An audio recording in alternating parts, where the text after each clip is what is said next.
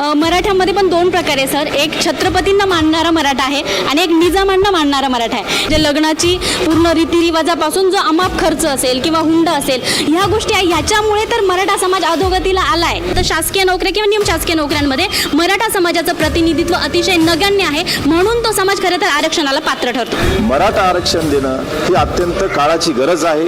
तुम्ही जी आमची आर्थिक स्थिती विचारता त्याचे हजार कारण आहेत, सामाजिक स्थिती मागास आहे त्याचे हजार कारण आहेत, पण त्याला वर आणण्याचा तुम्ही उपाय काढा. सामाजिक दृष्टिकोनातून जर विचार केला, अनेक धार्मिक आणि अनेक सामाजिक अशा प्रकारच्या अंधश्रद्धेमध्ये आमचा समाज अडकलेला होता, आजही आहे. मराठ्यांच्या आर्थिक अधोगतीचं कारण काय आहेत आपल्याला या गोष्टीवर प्रकाश टाकायचा आहे. कारण राज्यकर्ती जमात असणारा मराठा समाज समुदाय आज आरक्षणाच्या दिशेनं वाटचाल करताना दिसतोय. ज्यावेळेस डॉक्टर बाबासाहेब आंबेडकरांनी आरक्षणाची तरतूद केली होती त्यावेळेसच 340वां जे कलम होतं ते ओबीसी आरक्षणाचं, ज्याच्यामध्ये मराठा समाजाला आरक्षणाची तरतूद केलेली होती. ज्यावेळेस ते आरक्षण मराठा समाजानं स्वीकारलं नाही आणि आज जी मराठा समाजाची धडपड आहे ती आरक्षणाच्या दिशेनं आहे. तर आर्थिक अधोगतीचं काय कारण आहेत त्याच्यामध्ये आपण बऱ्याच गोष्टीवर प्रामुख्यानं प्रकाश टाकू शकतो. ते म्हणजे मराठा समाजामध्ये घेतला जाणारा अमाप असा हुंडा, याच्यावर थोडासा तुम्ही प्रकाश टाकावा.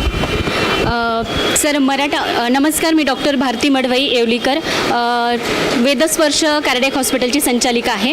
आज तुम्ही प्रश्न केला सर, मराठ्यांना आज आरक्षणाची गरज काय? कारण मराठ्यामध्ये पण दोन प्रकार आहे सर. एक छत्रपतींना मानणारा मराठा आहे आणि एक निजामांना मानणारा मराठा आहे. कारण निजामकालीन मराठवाड्यामध्ये सुद्धा निजामकालीन जी सरंजामशाही होती किंवा देशमुखी पाटीलकी होती, तर तो मराठा एक वेगळ्या पद्धतीनं आपण पण छत्रपतींना मानणारा एक गोरगरीब मराठा आहे, ज्याला आपण रयत म्हणू शकतो. तर खरं सर आधी कंडिशन अशी होती की उत्तम नोकरी, मध्यम व्यापार आणि कनिष्ठ शेती असं होतं. पण आज जर विचार केला तर नोकरी व्यापार मध्यमच आहे, पण नोकरीची आणि शेतीची जागा बदलली. आज उत्तम नोकरी आहे आणि कनिष्ठ शेती झालेली आहे, आणि आधी उत्तम शेती होती आणि कनिष्ठ नोकरी होती. मग आता आजकाल कसं झालं की सर शेतकरी इतकी कनिष्ठ झाली आहे शेती की एक तर पिकाला भाव नाही आहे, म्हणजे विकतं ते पिकत नाही आहे आणि पिकतं त्याला भाव देत नाही आहे. त्यामुळे पिकाची किंमत कवडीमोल झालेली आहे आणि आज शेतकऱ्याच्या मुलांना मुलीसुद्धा कोणीही द्यायला तयार नाही आहे. आता राहिली गोष्ट हुंड्याची, तर तुम्ही पश्चिम महाराष्ट्रात गेले, नाशिक जिल्हा असेल, औरंगाबाद असेल, त्या ठिकाणी हुंडा हा घेतलाच जात नाही. तरीसुद्धा तिकडचा शेतकरी मेहनत करतो, कष्ट करतो आणि तो ऑलरेडी तिथला कुणबी आरक्षण घेतो. मात्र कुणबी हा अगदी मोजके, म्हणजे गावात तुम्हाला मराठ्यांमध्ये 1-2 कुणबी दिसेल, बाकी तर नाही. मराठवाड्यामध्ये हुंडा ही पद्धत जरा जास्त प्रचलित आहे. कारण काय करणार सर, आता हुंडा जर म्हटलं तर तिथेही एक आलं, नोकरीवाला असेल तर त्याला हुंडा द्यावाच लागतो. मग लोकांचं हे आहे की नोकरी कशी मिळवता येईल किंवा नोकरीकडे कसं जाता येईल, आणि त्याला एक आरक्षण हा एक पर्याय म्हणून लोक बघतात. आता खाजगीकरणामध्ये आरक्षणाचा किती फायदा होईल माहीत नाही, परंतु सर आरक्षण आज खूप गरजेचं आहे. आणि आज जो काही काल जाहीर झालेला आहे, आता हुंडा पद्धती आहे, खरं तर ह्या सामाजिक विकृती आहे, सामाजिक आजार आहे आणि बऱ्यापैकी कमी झालेला आहे. आता बऱ्याच संघटना आहे, सामाजिक संघटना असतील तर त्या संघटना, आता मराठा सेवा संघासारख्या संघटना यांनी हुंडा पद्धती बऱ्यापैकी बंद केलेली आहे. खरं तर कायद्यानुसार गेलं तर हुंडा हा अमान्यच आहे, पण छुप्या पद्धतीनं ह्या गोष्टी चालतात. त्याला आपण लगेच थांबू शकत नाही, पण कालांतराने बदल होईल. प्रामुख्यानं जर पाहिलं तर एखाद्या शेतकऱ्याला त्याच्या मुलीचं लग्न जर करायचं असेल तर त्याला 1 किंवा 2 एकर जमीन विकल्याशिवाय त्या गोष्टीला भाग पडत नाही. प्रामुख्यानं त्याच्या समुदायातले, त्याच्या निकटवर्तीय जे लोक आहेत त्याला ते करण्यासाठी भाग पडतात, त्यावेळेवर त्याला मदत करीत नाहीत. प्रामुख्यानं ह्या गोष्टीही कुठंतरी मराठा समाजाला अधोगतीसाठी कारणीभूत आहेत असं आपल्याला वाटत नाही का? नक्कीच, मी मगाशी म्हटलं तसं हा एक सामाजिक आजार झालेला आहे. म्हणजे लग्नाची पूर्ण रीतिरिवाजापासून जो अमाप खर्च असेल किंवा हुंडा असेल ह्या गोष्टी आहे, ह्याच्यामुळे तर मराठा समाज अधोगतीला आला आहे. हे एक कारण आहे. तसं शेतीला कमी झालेला दर्जा एक कारण आहे. त्यानंतर व्यसनाधीनता थोडीफार असेल. या सगळ्या गोष्टी जरी आपण धरल्या तरी आज मराठा समाजाला आरक्षणाची गरज आहे. राहिली गोष्ट हुंड्याची, तर लोकांमध्ये कुठेतरी अवेअरनेस स्वतःहून निर्माण होणं गरजेचं आहे. म्हणजे जसं तुकडोजी महाराज म्हटले तसं मुहूर्त, म्हणजे चांगलं हवामान आणि ऋतू हाच मुहूर्त, आणि मुलगी देण्यासाठी की ते हुंड्यासाठी कफल्लक व्हावं इतकी काही गरज नाही आहे. आता ही प्रत्येकाची वैयक्तिक गोष्ट आहे हुंडा देणं घेणं. आणि बऱ्याच लोकांना, आता मी समाजात जाऊन ज्यावेळेस अवेअरनेस करतो तर लोक म्हणतात मॅडम हुंडा द्यायचा नाही तर मुली काही घरात खारोसनी घालायच्या आहेत का किंवा घरात ठेवून द्यायच्या, कारण समोरची व्यक्ती करायलाच तयार नाही लग्न हुंडा घेतल्याशिवाय. आता ते काय करणार आहे, मुलाचं जे काही म्हणजे मुलाच्या आईवडिलांना वाटत असेल की मुलगा हुंडा घेऊन मग त्याची कुठेतरी प्रगती होईल आणि त्याच्यावर कुठेतरी नोकरीला पैसे भरू, हेही पुन्हा त्याच गोष्टींकडे आपण जातोय सर. एकूण जर मराठवाड्यातली स्थिती पाहिली तर हुंड्याला प्रामुख्यानं प्राधान्य दिलं जाते आणि शेतकरी वर्गामध्ये सुद्धा हुंड्याचं मोठं प्रमाण आहे. शैक्षणिक दृष्टिकोनातून तसा अग्रेसर आहे असं वाटते का? मराठवाड्यातील जो कुणबी मराठा समाज आहे शैक्षणिक दृष्टिकोनातून प्रगतिशील झाला असं वाटते का?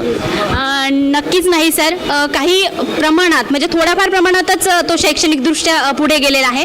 आता जर पाहिलं सर तर राणे समितीने अहवाल दिला होता किंवा गायकवाड समितीने अहवाल दिला होता की मराठा हा खरं तर शैक्षणिकदृष्ट्या शासकीय आणि निमशासकीय नोकऱ्यांमध्ये हा मागासवर्गीय आहे आणि म्हणूनच सरळ सरळ मराठ्यांना म्हणजे जी इतर समाजाला घटनेच्या कलम 15(4) आणि 16(4) नुसारच शैक्षणिकदृष्ट्या आरक्षण मुलांना मिळायला हवं. कारण शैक्षणिकदृष्ट्या जर म्हटलं तर मराठा समाज अजूनही मराठवाड्यात असेल किंवा महाराष्ट्रात असेल खूप मागासवर्गीय आहे. नोकऱ्यांमध्ये तुम्ही जर आज बघितलं तर नोकऱ्यांमध्ये सुद्धा, कारण आरक्षण म्हणजे प्रतिनिधित्व, आरक्षण हा गरिबी हटावचा प्रोग्राम नाही असं बऱ्याच ठिकाणी ट्रोल केलं जातं. मग प्रतिनिधित्व जर बघितलं तर शासकीय नोकऱ्या किंवा निमशासकीय नोकऱ्यांमध्ये मराठा समाजाचं प्रतिनिधित्व अतिशय नगण्य आहे. म्हणून तो समाज खरं तर आरक्षणाला पात्र ठरतो सर आणि गायकवाड समितीने हेच मांडलेलं आहे. इतरही मान्यवर आपल्यासोबत आहेत. सर, आपण प्राध्यापक आहात. मराठा समाजाला आरक्षणाची गरज का पडली आणि आर्थिक दृष्ट्या मागासल्या मराठा समाज का गेला या गोष्टीवर आपण प्रामुख्यानं चर्चा करतोय. आपल्याला काय वाटतं? मी प्राध्यापक प्रेमकुमार कौशल्य. आता अतिशय ज्वलंत अशा प्रकारचा सध्या महाराष्ट्रामध्ये चाललेला मराठा आरक्षणाचा हा प्रश्न आणि या प्रश्नाच्या अनुषंगानं आज या ठिकाणी मराठा समाजाच्या मागासपणाची काय कारणं आहेत हा प्रश्न आपण अतिशय चांगला विचारला. आत्ताच आमचे मित्र संतोषजी देवराय यांनी सांगितलं की मराठा समाज हा प्रामुख्याने शेतीशी निगडीत असणारा समाज आहे. शेतीची काय दशा आहे आणि काय त्याची भविष्यातली दिशा सरकारच्या हातामध्ये आहे याचा आपण अभ्यास केला पाहिजे. शेतामध्ये कोणत्याही प्रकारचा अनुकूल अशा प्रकारचं काही दिसत नाही, निसर्ग दिसत नाही, सरकार कधी येत नाही. म्हणजे आसमान आणि सुलतानी संकटामध्ये शेतीचा हा व्यवसाय आहे तो अडकलेला आहे. आणि म्हणून आर्थिक मागासलेपणाचं सर्वात महत्त्वाचं जर कारण कोणतं असेल, कारण ज्या प्रमाणामध्ये आमचा समाज मराठा समाज हा शेतीवर अवलंबून आहे, शेतीच त्यांना साथ देत नाही, त्यामुळे आर्थिक स्थिती ही एक बाजू झाली. दुसरी बाजू आहे मागासलेपणाची की सामाजिक दृष्टिकोनातून जर विचार केला अनेक धार्मिक आणि अनेक सामाजिक अशा प्रकारच्या अंधश्रद्धेमध्ये आमचा समाज अडकलेला होता, आजही आहे. परंतु यामध्ये बऱ्याच काही सुधारणा करण्याचा प्रयत्न आमच्या सामाजिक संघटनांच्या माध्यमातून होतात. विशेषतः मराठा सेवा संघ असेल, संभाजी ब्रिगेड असेल किंवा अन्य काही वैचारिक संघटना असतील, त्या संघटनाच्या माध्यमातून अनिष्ट चालीरीती आपण सोडून दिल्या पाहिजे. जसं की तुम्ही आता आमच्या ताईंना जो प्रश्न विचारला की हुंड्याचा, जो तुम्ही ज्या तीव्रतेनं प्रश्न विचारता तेवढी तीव्रता आज थोडीशी कमी झालेली आम्हाला वाटते. आता जो सुशिक्षित समाज आहे तो हुंड्याकडे जास्त नाही, परंतु जो ग्रामीण भागामध्ये आजही जसं म्हटलं की हुंडा घेतल्यानंतर आमची आर्थिक स्थिती सुधारते, परंतु ही चुकीची गोष्ट आहे. काही जणांना वाटत असेल, त्या भावनेतून काही जण तशा प्रकारचे कृती करत असतील, परंतु हळूहळू ते प्रमाण कमी होत आहे. परंतु आर्थिक स्थिती ही सुधारण्यासाठी आता कसं आहे की समाज हा परिवर्तनशील आहे. बाकी समाज मागास होते, त्यांना तुम्ही आरक्षण दिलं, त्यांनी आपली स्थिती सुधारली, ते थोडेसे वर आले. तुम्ही म्हणता की मराठा समाज एक राज्यकर्ती जात होती, एका काळामध्ये होती, एका काळामध्ये कोण काय होतं सगळ्यांना माहिती आहे. पण आज जी परिस्थिती आहे, काय अशा काही न बदलणाऱ्या गोष्टी नाही आहेत.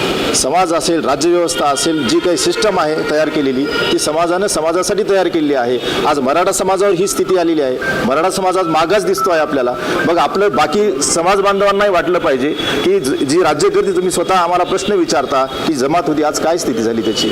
मग त्यांना प्रवाहामध्ये आणण्यासाठी आपण काय केलं पाहिजे, तर आरक्षण हे सगळ्यात महत्त्वाचं साधन आहे की ज्यामध्ये सामाजिक दृष्टिकोनातून घ्या किंवा शैक्षणिक दृष्टिकोनातून घ्या, त्या समाजामध्ये सुधारणा होतील. आणि म्हणून आर्थिक स्थिती ही खालावलेलीच आहे. त्याचं असंख्य कारणं आहेत, सामाजिक असतील, आर्थिक सर्वात महत्त्वाचं आहे. जसं आपल्याला तेच कारणं पाहिजेत की आर्थिक स्थिती खालावण्याचे काय कारण आहेत. एक तर शेती सांगतोयच ना, शेती आणि काही अनिष्ट चालीरीती काही प्रमाणात कमी होत आहेत. जसं की आता मृत्यू पाल्यानंतर तेरवी करणं असेल है ना, काही किंवा प्रत्येक सणाला काही खर्च करणं असेल, ज्या गोष्टी आता पेलवत नाहीत. अवास्तव खर्च हा होताना दिसतो. त्यावर थोडासा आवर घातला पाहिजे म्हणजे आपोआपच होता येतो आवर म्हणजे पैसाच नाही तर खर्च करणार कुठून. अंधश्रद्धेला बऱ्याच ठिकाणी मराठा समाज बळी पडलेला पाहिला जातो. प्रामुख्यानं ज्या काही ग्रामीण भागामधले काही ज्या चालीरीती आहेत त्या मराठा समाजाकडूनच कुठेतरी पुढं आहेत आणि त्याच्यामुळं त्या गोष्टींसाठी सुद्धा बळी पडणारा हा प्रामुख्यानं मराठा समाज आहे, असं वाटत नाही का? नाही वाटतं, पण त्यामध्ये अनेक आमच्या सामाजिक संघटनाचं खूप मोठं असं योगदान आहे. ज्या ज्या अनिष्ट चालीरीती पाळल्या जायच्या त्यामध्ये आमचा समाज हा अनेक आर्थिक दृष्टिकोनातून असेल, सामाजिक दृष्टिकोनातून असेल, त्यामध्ये अनेक आमची म्हणजे पिळवणूक झाली आहे. परंतु हळूहळू ते प्रमाण कमी होताना दिसते. परंतु परत मी त्याच मुद्द्यावर येतो, मराठा आरक्षण देणं ही अत्यंत काळाची गरज आहे. तुम्ही जी आमची आर्थिक स्थिती विचारता त्याचे हजार कारणं आहेत, सामाजिक स्थिती मागास आहे त्याचे हजार कारणं आहेत, पण त्याला वर आणण्याचा तुम्ही उपाय काढा. आज आपण पाहतो की ओबीसी समाज म्हणतो की आम्हाला आमच्यामध्ये वाटा नाही. आम्ही कुठं म्हणतो की आम्ही वाटा पाहिजे म्हणून? तो प्रश्न शासनाचा आहे, तो आमच्या समाजाचा नाही. आम्हाला आरक्षण पाहिजे, आम्ही मागतो आहोत. तो कसा द्यायचा, त्याच्यात काय कॅटेगरी करायची, त्या जसं NT12 काय जे केलेलं आहे अबकड तसं करा, काही करा, तो प्रश्न तुमचा आहे. परंतु आरक्षण पाहिजे, आरक्षणाची गरज आहे. जर आरक्षण मिळालं तरच पुढील ज्या मराठ्याच्या पिढ्या आहेत, मराठा जे तरुण पिढी आहे, भविष्यामध्ये एक चांगल्या महाराष्ट्राच्या विकासामध्ये आज आपण पाहतो की जगाचा पोशिंदा असणारा आमचा शेतकरी समाज हा अत्यंत मागास आहे. तर त्याला प्रवाहामध्ये आणण्यासाठी मराठा आरक्षण दिलं पाहिजे. ओबीसीमध्ये त्याचं सरसकट जशा ओबीसीला फॅसिलिटीज आहेत तशाच प्रकारच्या फॅसिलिटी मराठा समाजाला द्या. त्यामध्ये आम्हाला अन्याय नाही करायचा आहे. तुम्ही याची मर्यादा वाढवा किंवा आम्हाला वेगळी कॅटेगरी करा. आजपासून आरक्षण द्या, आजपासून असणाऱ्याला वेगळी पुढची सवलत असेल आणि मागच्यांना जी चालू आहे ती राहू दे. आम्हाला काय म्हणतात, मराठा आरक्षण द्यायला पाहिजे, कारण मराठ्यांची जी काही ग्रामीण भागातली आर्थिक स्थिती आहे ती खरंच नाजूक आहे. प्रामुख्याने इतरही लोक आपल्यासोबत आहेत. मराठ्यांना ज्या पद्धतीनं आता आरक्षणाचा विषय निघालेला आहे त्या दृष्टिकोनातून आर्थिक अधिकोतीचं काय कारण आहे असं आपल्याला वाटतं? मराठा समाज हे शेतीवर आधारित असल्यामुळे शेतीमालाला भाव नाही. म्हणजे शेती आजच्या घडीला तुम्ही बघत असाल की शेतामध्ये पेरणी करायची तर आज 400 रुपयाचं पहिलं खताचं पोत होते, आज 1200 रुपयाला झालं. बियाणे भरपूर महाग झाले आणि सरकारनं फक्त आणि फक्त मागच्या वेळेस म्हणले होते की दाम दुप्पट करू, दुप्पट सोडून पहिले हात तेवढे बी भाव दिले नाही. आर्थिक कारण एवढंच आहे की मराठा समाज हे शेतीवर आधारित असल्यामुळे आणि शेताचं उत्पन्न कमी होत असल्यामुळे हे मागच जात आहे. त्यामुळं मराठा समाज हे मागं राहण्याचं कारण आहे, त्याचं मुख्य कारण. देशाच्या पंतप्रधान नरेंद्र मोदीने आणि महाराष्ट्रातले 48 खासदार सर्वपक्षीय खासदारांना एका जागी येऊन जसं महाराष्ट्रातलं राजकारण घडामोडीसाठी देवेंद्र फडणवीस यांनी वेश बदलून हे करून जे राजकारणाचं हे केला, तसं मराठा समाजासाठी देशात जाऊन पंतप्रधानांना जसे दिल्लीला जेवढ्या वाऱ्या घातल्या याच्यासाठी महाराष्ट्रासाठी, तसं मराठा समाजासाठी एकोबा घेऊन सगळे 48 खासदार घेऊन जाऊन या येणाऱ्या अधिवेशनमध्ये विशेष आरक्षणाची तरतूद जर वाढून घेतली तर कदाचित ओबीसी आणि ओपनमध्ये कुठं भांडण लागणार नाही असं मला वाटतं. सरकारनं नक्कीच लवकर मराठा आरक्षणाची तरतूद करावी अशी मागणीसुद्धा यांच्याकडून होत आहे. बाकी इतर सर आपल्यासोबत आहेत. काय सांगणार सर, आता आरक्षणाची तरतूद जर करायची असेल तर कोणत्या पद्धतीनं कुणबी मराठा समाजातून आरक्षणाची तरतूद करावी अशी मागणी होते, कोणत्या पद्धतीनं करता येईल? मी आता अगदी स्पष्टपणे बोलतोय की काल मुख्यमंत्री महोदयाने सांगितलं की निजामकालीन कुणबी नोंदी असतील त्यांना सर्टिफिकेट दिलं जाईल. याच्यावर मला हे तितकंसं योग्य वाटत नाही. याचं कारण असं आहे की एकतर निजामकालीन कुणबी नोंदी अतिशय नगण्य आहेत आणि ज्यांच्याकडे नोंदी होत्या त्यांना ऑलरेडी सर्टिफिकेट मिळालेलं आहेत आणि त्यांचा ते लाभ घेत आहेत. त्यामुळं कदाचित हा वेळ काढूपणा आहे की काय असंच आम्हाला वाटायला लागलेलं आहे. माझी अतिशय स्पष्ट आणि एकच भूमिका असणार आहे की बाकी कुठलाही विचार न करता सरसगट मराठा समाजाचा ओबीसी संवर्गात समावेश करा. ओबीसीवर अन्याय होत असं वाटत असेल तर ओबीसीची टक्केवारी वाढवा. त्यासाठी तुमचं केंद्रात सरकार आहे आणि अनेशीच केंद्राने विशेष अधिवेशन बोलवलेलं आहे, तिथं तुम्ही पूर्ण जोर लावा आणि आरक्षणाची टक्केवारी वाढवा आणि वाढवलेलं आरक्षण वेगळा गट करून जरी आम्हाला ते दिलं तरी ते आमचं त्याच्यामध्ये समाधान आहे. परंतु अशी निव्वळ धुळफेक न करता समाजाच्या भावनेशी न खेळता समाजाला टिकेल असं आरक्षण दिलं पाहिजे आणि समाजाचं आरक्षण हे ओबीसी संवर्गात दिलं तरच टिकते. यावर मात्र आम्ही ठाम आहोत. तुम्हाला काय वाटते? आपलं पूर्ण नाव सांगा. मराठा समाजाचं जे आर्थिक मागासलेपणा याच्याशी यासाठी काय कारणीभूत आहे? मुळात तुम्ही या मार्मिक प्रश्नावर ही जी चर्चा घडवून आणली त्याबद्दल तुमच्या चॅनलचं मी अभिनंदन करतो. विषय असा राहतात की मराठवाड्यातले मागास विषयाचा जो हे आहे, तर मला एक म्हणायचं की आपल्या मराठवाड्यातल्या सर्वपक्षीय राजकीय नेतृत्वाच्याच डोक्यामध्ये मेंदूमध्ये मागासपणा घुसला असल्यामुळे आपल्या मराठवाड्यातल्या वेगवेगळ्या प्रश्नांवर यांनी कधीही आवाज उठवलेला नाही.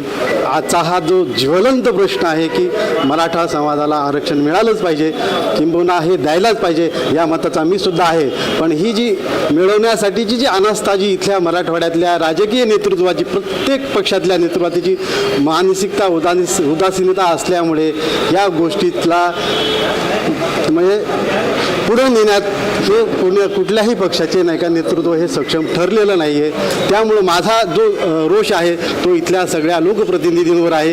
यांनीच ज्या पद्धतीनं या विषयाला जबरदस्तपणे प्रभावीपणे मांडायला पाहिजे होतं ती मांडणी झाली नसल्यामुळे या विषयाला पावसात ओलं बोलणं, पावसात भिजवून वाळवत ठेवणं अशा प्रकाराचं नाही का स्वरूप आलेलं आहे. त्याबद्दल मी या सगळ्याच लोकनेतृत्व सर्वपक्षीय नेतृत्वाचा मी निषेध करतो आणि मराठा समाजाला त्वरित आरक्षण मिळालं पाहिजे अशी माझी मागणी आहे.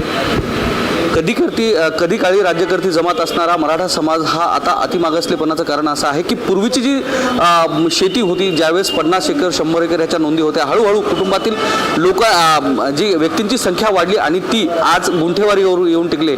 त्यामध्ये शैक्षणिक प्रगती होणं प्रामुख्याने ते गरजेचं होतं. मात्र शैक्षणिक प्रगतीपेक्षा राजकीय जो ओढ आहे ती मराठा समाजाची जास्त मोठ्या प्रमाणात राहिल्या कारणानं व शैक्षणिक मागासलेपण राहिल्या कारणानं आज मराठा समाजावर ही स्थिती येऊन ठेपलेली आहे.